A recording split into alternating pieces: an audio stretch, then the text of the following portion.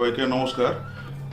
আজকে বিধানসভার অধিবেশনের প্রশ্নোত্তর পর্বে প্রথমে আমার একটি প্রশ্ন ছিল যে আলিপুরদুয়ার জেলায় ডাইনিং সেট কতগুলো স্কুলে হয়েছে এবং কতগুলো স্কুলে হয়নি।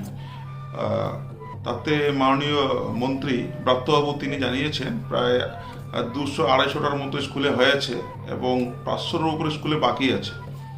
আমি নিজে উপলব্ধি করেছি বিভিন্ন স্কুলে, সে প্রাইমারি স্কুল হোক হাই স্কুল হোক, অনেক স্কুলেই বাচ্চারা দাঁড়িয়ে দাঁড়িয়ে খাচ্ছে বা ছুটাছুটি করে খাচ্ছে, তাদের ন্যূনতম বসারও সুবিধা নেই।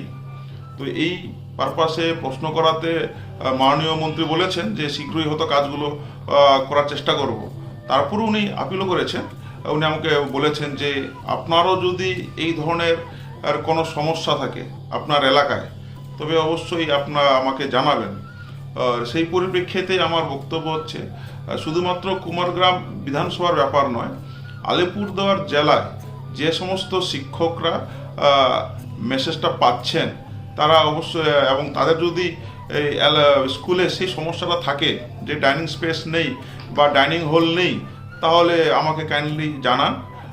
এবং হয়তো অনেকে স্কুলের সাথে যুক্ত নন, অথচ আপনাদের কোনো এলাকায় যদি এই ধরনের ঘটনা ঘটে থাকে যে ডাইনিং হল নেই খাওয়ার, তো আপনারাও স্কুলের সাথে যোগাযোগ করতে পারেন অথবা শেয়ার করে নিতে পারেন, মানে যাতে প্রত্যেকটা স্কুলে বার্তাটা পৌঁছায় এবং যে যে স্কুল থেকে ডিমান্ড আসবে আমি মাননীয় মন্ত্রীকে কিছুদিনের মধ্যেই সেই ডিমান্ডটাই পাঠিয়ে দেব।